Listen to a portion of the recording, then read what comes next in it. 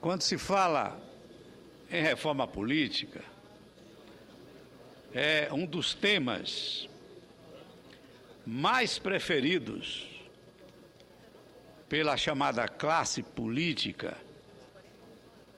principalmente depois de um pleito eleitoral, onde os candidatos saem arrasados, com os interesses em jogo no sistema eleitoral brasileiro, inclusive sobre o financiamento de campanha,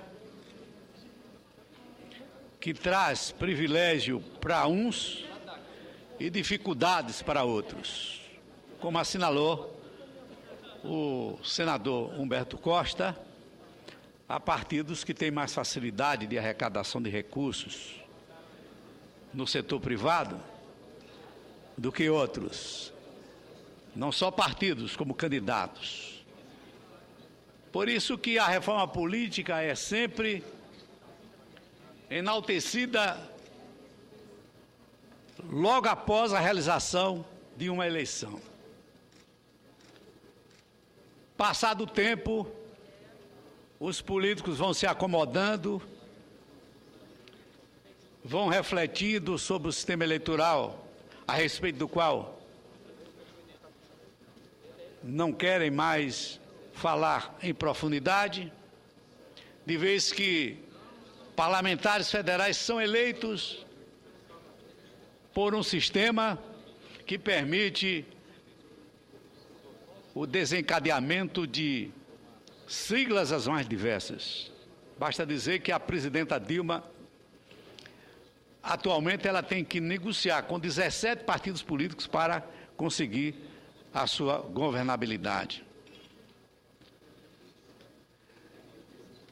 Eu gostaria de me deter a 3 temas, de forma rápida, no tempo que me sobra, que, a meu ver, constitui o cerne da reforma política. O financiamento público de campanha, a extinção do voto proporcional e também um outro tema que, muito embora não tenha participado da comissão da reforma política, mas que foi introduzido na Comissão de Justiça por uma sugestão minha, a coincidência geral dos mandatos eletivos, cuja proposta que eu apresentei foi incorporada no parecer do senador Renan Calheiros, estabelecendo um mandato de 4 anos para os executivos, presidente da República, governadores e prefeitos, com direito a uma reeleição, mas que no ano de 2018, com uma transição entre 2016 e 2018, de um mandato de 2 anos, haveria em 2018 a coincidência geral dos mandatos eletivos, isto é, o eleitor votaria num só dia para presidente da República, governadores, senadores, deputados federais, deputados estaduais, prefeitos, vice-prefeitos e vereadores. A meu ver, não haveria nenhuma dificuldade para o eleitor votar de uma só vez em tantos candidatos, de vez que a urna eletrônica facilita substancialmente uma votação desse tipo, que ao ser consolidada, que ao ser feita, sem dúvida alguma que nós reduziríamos bastante os custos das campanhas eleitorais. Além disso, nós estaríamos discutindo no mesmo pleito os problemas nacionais, a nível de presidente da República, de senador, deputado federal, os problemas dos estados, a nível de deputado estadual e de governador, e os problemas municipais a nível de prefeitos municipais e vereadores. Seria uma eleição, uma verdadeira festa da democracia, onde no mesmo dia você escolheria o prefeito da sua preferência, o governador da sua preferência, o presidente da sua preferência, fazendo com que esse pleito, além de ser o mais rápido da história do Brasil, seria o mais barato da história do Brasil. Realizar um pleito no mesmo dia significaria também proporcionar aos futuros administradores a oportunidade de elaborarem projetos estratégicos de suas administrações, sem a inconveniência de uma eleição de 2 em 2 anos no Brasil, onde praticamente tudo para. Este ano nós vamos ter eleição de prefeito, 2 anos depois da eleição de governador. O que é que acontece? O governo até o mês de junho vai ter que assinar todos os convênios, vai ter que inaugurar todas as obras, porque a legislação proíbe convênio assinado depois do mês de junho e também a inauguração de obras com a presença de candidatos à reeleição, de novos candidatos que possam se beneficiar da inauguração daquela obra. Quer dizer, o Brasil para 2 vezes durante 4 anos. Nas eleições para prefeito e nas eleições para governador e para presidente da República.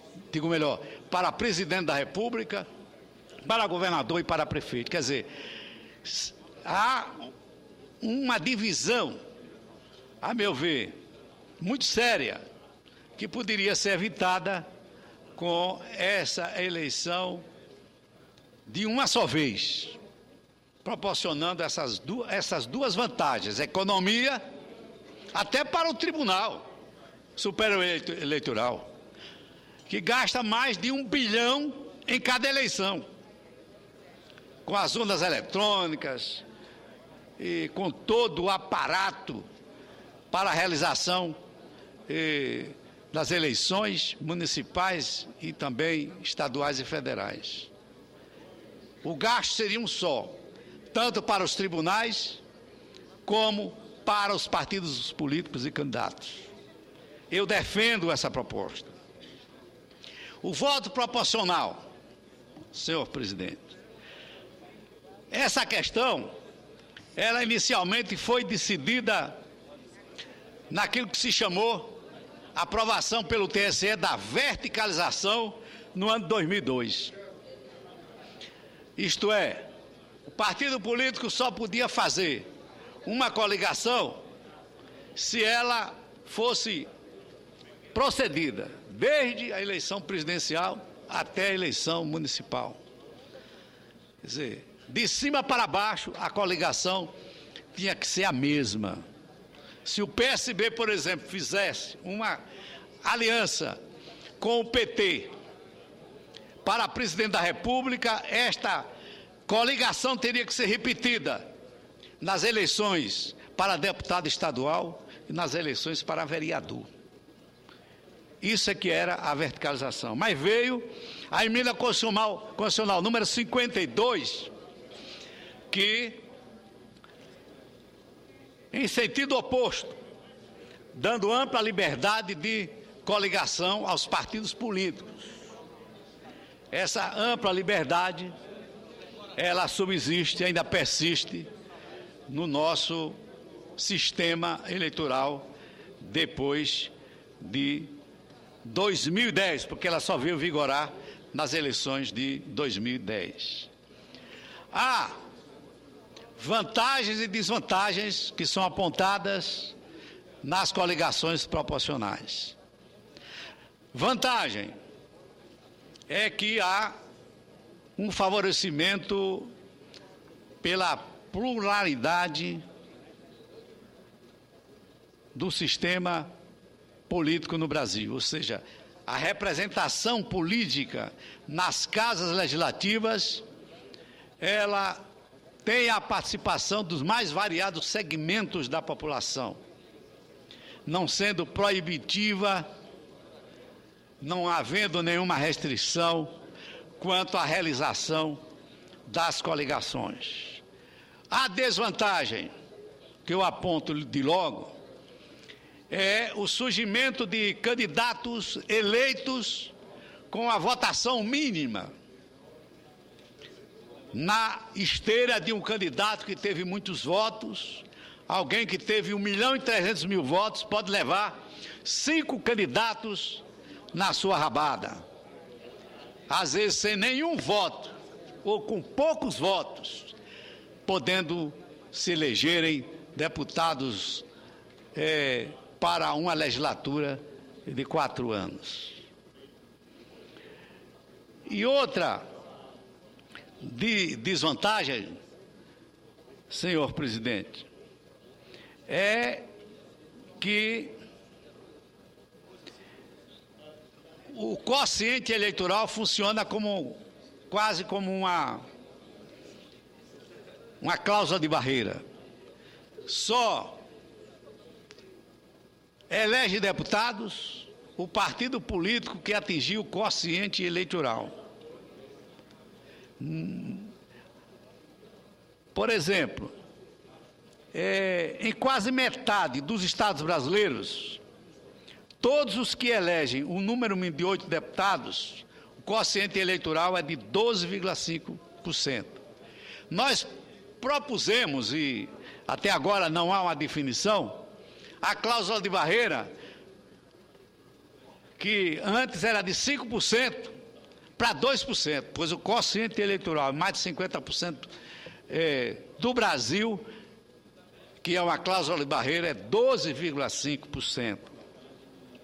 Considerando, senhora presidenta, o conjunto dos argumentos contrários e favoráveis, verifica-se que, ao invés de proibir as coligações, importa estabelecer regras que previnam os abusos hoje verificados. Daí que nós propusemos a criação da Federação de Partidos Políticos. A Câmara dos Deputados já está se posicionando. O relator da reforma política na Câmara dos Deputados, Henrique Fontana, do Rio Grande do Sul, do PT do Rio Grande do Sul, já incluiu no seu relatório a aprovação da Federação dos Partidos Políticos. O que isso significa? É a junção de 2 ou mais partidos, dentro da mesma condição ideológica ou programática, para a composição de uma união partidária, visando não apenas as eleições próximas, mas a constituição de um bloco parlamentar, de um grupo parlamentar, que deverá funcionar nas casas legislativas, pelo menos, por 3 anos. Permanecendo o princípio da fidelidade partidária na federação, os partidos políticos continuam subsistindo, os partidos políticos que compuserem a federação continuam subsistindo, e o deputado, presidenta, que sair da Federação de Partidos Políticos perde o mandato antes dos 3 anos, prazo mínimo para a sua existência. A Federação de Partidos Políticos, senador Francisco Dornelles, tem a grande vantagem de proporcionar aos partidos políticos, diante dessa enxurrada de siglas que existem, a possibilidade da criação, através dela, de um embrião de um futuro partido político. Se 2 ou mais partidos se juntam durante 3 anos e acham boa esta união, eles podem formar um novo partido passaram 3 anos, passa mais 3, 6 anos, e diz, olha, já que estamos aqui reunidos, nós somos 3 partidos, 4 partidos, há uma harmonia muito grande entre os nossos programas, há uma semelhança muito grande entre as nossas ideologias. Vamos, então, fazer um novo partido político com base na federação. Portanto, ao final, senhora presidente, a senhora já consumiu os 10 minutos? Então já estou encerrando. Afinal, o financiamento público de campanha, que é imprescindível para a igualdade na disputa eleitoral. Acho que o financiamento público de campanha, ao invés de promover gastos exorbitantes, vai evitar a discriminação entre partidos ricos e pobres, entre candidatos ricos e pobres, e vai permitir a igualdade na concorrência eleitoral. Por isso que eu sou favorável ao financiamento público de campanha, que se estabeleçam regras claras para que os partidos políticos possam usufruir desse benefício. E que haja, com a aprovação da Federação de Partidos Políticos, uma redução dessas siglas, de tal modo que os partidos políticos possam dividir esses recursos provenientes do fundo partidário para o financiamento público de campanha de forma equitativa. O financiamento público tem a vantagem de prevenir que recursos privados que são